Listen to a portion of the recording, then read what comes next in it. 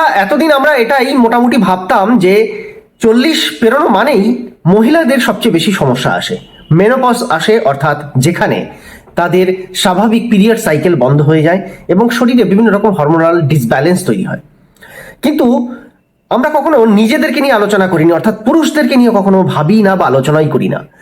পুরুষদের মধ্যেও কিন্তু অনেক রকম শারীরবৃত্তীয় ক্রিয়ার পরিবর্তন ঘটে, হরমোনাল ডিসব্যালেন্স তৈরি হয়। জানেন কি সেটা? আর সেই ক্ষেত্রে কি কি সমস্যা আসে আর সেই সমস্যাকে প্রতিরোধ করার জন্য আমাদের কি করতে হবে, সেই জিনিসগুলো অবশ্যই জেনে রাখবো। কি কি লক্ষণ দেখা দেবে আপনার শরীরে সেটাও জেনে নেব এই ভিডিওর মাধ্যমে। তাই আর দেরি না করে ভিডিওর মূল বিষয়বস্তুতে প্রবেশ করব, কিন্তু তার আগে আপনাদেরকে স্বাগত জানাই হেলথ সলিউশন বিনয় চ্যানেলে। সবাই যেন ভালো থাকেন, এই সুস্থ থাকেন তার কামনা নিয়ে আজকের এই প্রতিবেদন। যারা আমাকে রোজ দেখেন তাদের তো বলছি, আর যারা নতুন দেখছেন যদি ভালো লেগে থাকে অবশ্যই ভিডিওর শেষে আমার চ্যানেলটাকে সাবস্ক্রাইব করে মোটিভেশনটাকে আরেকটু বাড়িয়ে দিতে একদম মিস করবেন না। তাহলে প্রতিটা নতুন ভিডিওর নোটিফিকেশন আপনার কাছে সবচেয়ে প্রথমে পৌঁছাবে এবং আমিও নতুন নতুন তথ্য নিয়ে আপনাদের কাছে হাজির হতে থাকবো। আজকের বিষয়বস্তুতে সবচেয়ে প্রথমে দেখব 40 হওয়া মানেই আমাদের শরীরে প্রথমে কি কি পরিবর্তন আসে। আপনারা হয়তো অনেকে লক্ষ্য করেছেন 40 হওয়া মানেই সবচেয়ে প্রথমে যেটা আসে, আপনার কর্মশক্তি আগের থেকে অনেকটা কমে যায়। আপনার শরীরে আলস্যের পরিমাণ বৃদ্ধি পায়, শরীরে মেদের পরিমাণ আস্তে আস্তে বাড়তে থাকে, আপনার কোথাও না কোথাও একটু হাঁপিয়ে যাওয়ার প্রবণতা তৈরি হয়, অর্থাৎ একটু যেন জোরে হাঁটলে বা জোরে একটু দৌড়লেই খুব তাড়াতাড়ি আপনি হাঁপিয়ে ওঠেন, সিঁড়ি বেয়ে উঠতে একটু অসুবিধা হয়, হাঁটু কড়কড় করে, কোমরের ব্যথা তৈরি হয়, আবার অনেকের বিভিন্ন রকম স্পন্ডালাইটিস বা এই ধরনের সমস্যাও 40-এর পর কিন্তু বাড়তে থাকে। সঙ্গে সঙ্গে পাল্লা দিয়ে বাড়ে হৃদরোগের ঝুঁকি বা হার্টের সমস্যা, পাল্লা দিয়ে বাড়ে কিডনির সমস্যা, পাল্লা দিয়ে বাড়ে উচ্চ রক্তচাপ বা হাই বিপির সমস্যা। শুধু তাই নয়, চুল পড়ার সমস্যাও প্রচুর পরিমাণে বাড়তে থাকে, স্কিন লুজ হতে আরম্ভ করে, বার্ধক্য শরীরে দেখা দিতে আরম্ভ করে। এতগুলো জিনিস আমাদের শরীরে আসে এবং তার সঙ্গে পাল্লা দিয়ে বাড়ে কি জানেন? ঘুমের অভাব। হ্যাঁ, আস্তে আস্তে 40 পার হওয়া মানেই ঘুম কিন্তু পাতলা হতে থাকে, ঘুম কমতে থাকে এবং তার সঙ্গে স্ট্রেসের পরিমাণ, চিন্তার পরিমাণ, উত্তেজনার পরিমাণ দিনের পর দিন বৃদ্ধি পায়। মানসিক শান্তি কোথাও না কোথাও আপনার টালমাটাল অবস্থায় থাকে। তো আশা করি যারা এই সমস্ত ব্যাপারগুলো রিলেট করতে পারছেন তারা অবশ্যই ভিডিওটা শেষ পর্যন্ত দেখবেন, টেনে দেখবেন না, স্কিপ করলে অনেক হয়ে যাবে। এবার বলি, এই তো লক্ষণগুলো আপনারা বুঝলেন যে এই জিনিসগুলো আপনাদের দেখা দেয়, কিন্তু জানেন কি 40-এর পর কেন দেখা দেয়? আপনারা খাওয়ার তো আগের মতোই খাচ্ছেন, সবকিছু আগে যেরকম আপনি রুটিন মেপে চলতেন, যেভাবে আপনার লাইফস্টাইল ছিল এখনো তো সেইভাবেই চলেন, তাহলে হঠাৎ করে শরীরে এই পরিবর্তন এলো কেন?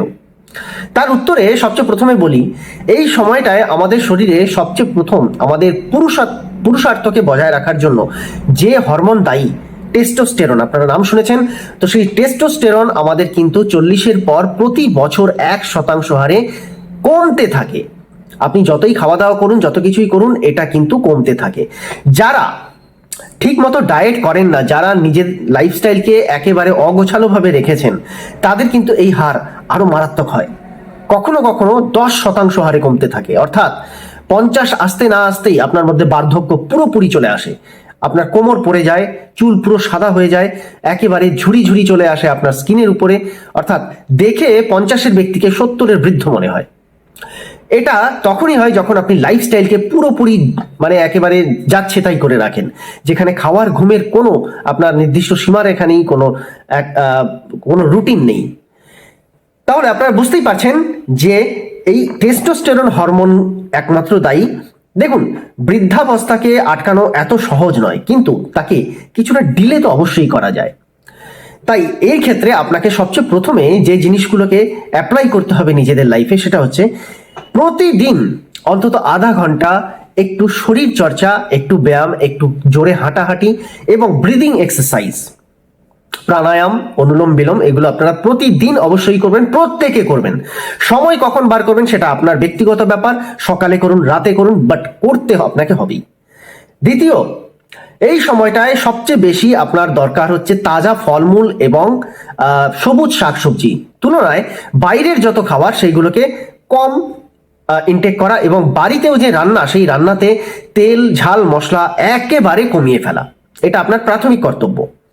সঙ্গে ঘুম, আপনার ঘুমের যে সাইকেল, সেই ঘুমের সাইকেলকে ঠিক করার জন্য প্রতিদিন রাত 10টা বা ম্যাক্সিমাম 11টার মধ্যে বিছানা নিয়ে নেওয়া এবং একটা শান্ত নিরিবিলি পরিবেশে ঘুমানোর চেষ্টা করা, যেখানে কোনো রকম হই হট্টগোল নেই, বিছানাও যেন একটু আরামদায়ক হয়, যেখানে ঘুম আসতে সহজতর হয়। রাতে কোনো উত্তেজক খাবার খাবেন না, কোনো রকম বেশি তেল ঝাল মশলা, মাছ মাংস এগুলো খাবেন না, তাতে করে রাতে ঘুমের ব্যাঘাত ঘটবে। আর এটা দিনের পর দিন চলতে চলতে আপনার কিন্তু বার্ধক্যের দরজায় কড়া নাড়বে। সেই কারণে বার্ধক্যকে দূর করতে রাতের খাবার যতটা লাইট খাওয়া যায় তত ভালো। কয়েকটা পদ্ধতি বলে দেবো আজকের এই ভিডিওতে, সেই পদ্ধতিগুলো আপনারা অবশ্যই পালন করবেন। প্রথম, সূর্যাস্তের পর যদি পারেন খাওয়া বন্ধ করে দিন। হ্যাঁ, আজ থেকে সূর্যাস্তের পর থেকেই খাওয়া বন্ধ করে দিন। যদি একান্তই খেতে হয়, দুধ পান করতে পারেন অথবা হালকা স্যুপ জাতীয় কিছু খেতে পারেন, কোনো স্ন্যাক্স জাতীয় খাবার হালকা, একেবারে হালকা খেতে পারেন। খুব খিদে না পেলে একেবারেই খাবেন না। আর হ্যাঁ, এই ক্ষেত্রে আপনার খাবারের তালিকাকেও কিছুটা ডিভাইড করে নিতে হবে। একসাথে মর্নিং ব্রেকফাস্ট, লাঞ্চ এবং ডিনার করলে হবে না। আপনাকে এই খাবারকে 6 থেকে 7 ভাগে বিভক্ত করে নিতে হবে। বারে বারে 2 ঘন্টা বা 3 ঘন্টা অন্তরালে অল্প অল্প করে খান, বেশি খেতে যাবেন না। আপনাকে এই সময়টায় অবশ্যই কার্বোহাইড্রেটকে মাথায় রেখে চলতে হবে। প্রোটিনের মাত্রা এই সময় বাড়াতে হবে, কার্বোহাইড্রেটকে কম করতে হবে। কার্বোহাইড্রেটের মধ্যে সাদা চিনি, সাদা লবণ পরিত্যাজ্য, অর্থাৎ সাদা চিনি এবং সাদা লবণ একেবারেই খাবেন না। চিনি ছাড়া চা, চিনি ছাড়া কফি খাওয়ার প্র্যাকটিস করুন। সারাদিনে 1 কাপ গ্রিন টি বা 1 কাপ ব্ল্যাক কফি অবশ্যই ডায়েটে রাখার চেষ্টা করবেন। বিভিন্ন রকম বীজ পাওয়া যায় আমাদের, এই বিভিন্ন রকম ড্রাই ফ্রুটস পাওয়া যায়, আপনারা জানেন। তো আপনাদের সাধ্য মতো, আমি কোনো রকম এখানে ডায়েট চার্ট আপনাকে বানিয়ে দিচ্ছি না, আপনাদের সাধ্য মতো যে কোনো রকমের ড্রাই ফ্রুটস প্রতিদিন অল্প অল্প আপনাদের খাদ্য তালিকায় রাখার চেষ্টা করবেন। ড্রাই ফ্রুটস মানে মুঠো মুঠো কেউ খায় না। 5টা আলমন্ড বা 5টা কাজু বা 10-12টা কিশমিশ ভিজিয়ে, রাতের বেলা ভিজিয়ে সকালবেলায় আপনারা খেতেই পারেন। কয়েকটা আখরোট ভিজিয়ে খেতে পারেন, অল্টারনেট করে খেতে পারেন। 1 সপ্তাহ আপনি কাজু খেলেন, পরের সপ্তাহে আপনি আখরোট খেলেন, এইভাবে অল্টারনেট করে খাবেন। এমন কিছু আহামরি খরচা নেই যে মধ্যবিত্ত বা নিম্ন মধ্যবিত্ত পরিবার এই খরচা সামলাতেই পারবে না। তার থেকে বরং বাইরে যখন আপনারা চা, সিগারেট এগুলো খান বাইরের দোকানে, অনেক বেশি খরচা করে ফেলেন। খুব সামান্য খরচায় আপনার শরীরের সমস্ত হরমোন ব্যালেন্সকে আপনি নিয়ন্ত্রণে রাখতে পারবেন। শরীরে আয়রনের অভাব, ভিটামিন B6, B12 এর অভাব, জিঙ্কের অভাব, প্রোটিনের অভাবকে খুব সহজে দূর করতে পারবেন এই ডায়েটগুলোর মাধ্যমে। খুব সামান্য ডায়েট কিন্তু। আর সারাদিন আপনারা যেরকম খাচ্ছেন ডাল ভাত, সেটাই খান, কোনো চাপ নেই। আর কি করবেন জানেন? ধূমপান, অ্যালকোহল থেকে দূরে থাকতে হবে, ধুলো থেকে নিজেদেরকে দূরে রাখতে হবে। যখনই বাইরে বেরোবেন ফেস মাস্ক ব্যবহার করুন, কারণ যত আমাদের বয়স বাড়তে থাকে শরীরের ইমিউনিটি কমতে থাকে। তো সেই ক্ষেত্রে এই ধুলোবালি, বাইরের যে মানে বলতে পারেন ফ্রি রেডিক্যালস, সেগুলো কিন্তু আমাদের শরীরে বিভিন্ন রকম ভাবে প্রবেশ করে। আর সবসময় যে শরীর একইভাবে আপনাকে প্রতিক্রিয়া দেখাবে বা রোগ প্রতিরোধ ক্ষমতা গড়ে তুলবে, তার কিন্তু মানে নেই।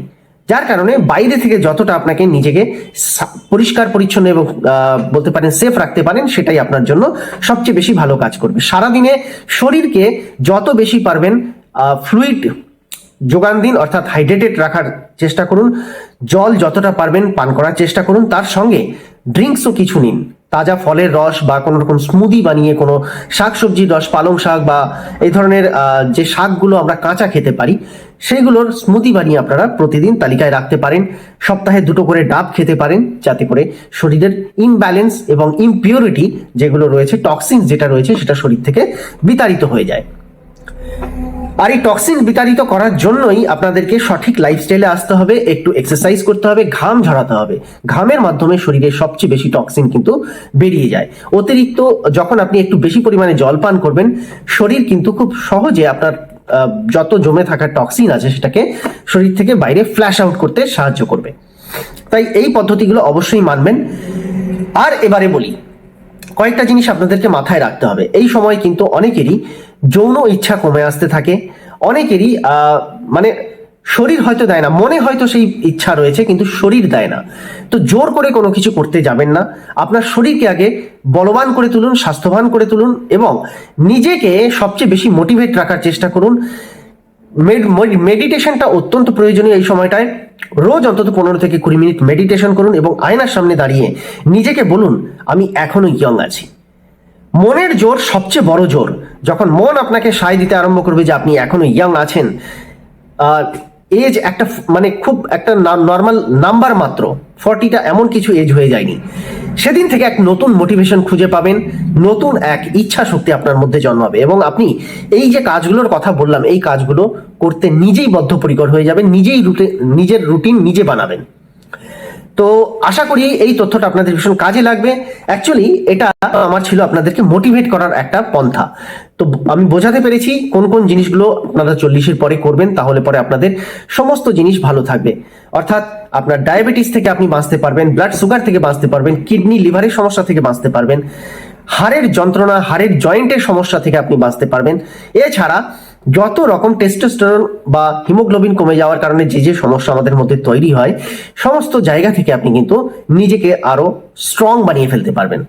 তাই ট্রাই করুন, খুব সামান্য সামান্য অভ্যাস, আর এই অভ্যাসগুলো রেগুলার করতে করতেই কিন্তু আপনি দেখবেন 60 বছর বয়সেও অনেকটা ইয়ং রয়েছেন। শুধুমাত্র ডায়েট করলে, খাবার খেলেই কিন্তু হবে না, অভ্যাসটাও পরিবর্তন করতে হবে। দেখা হচ্ছে নেক্সট ভিডিওতে। ভালো থাকবেন, নমস্কার।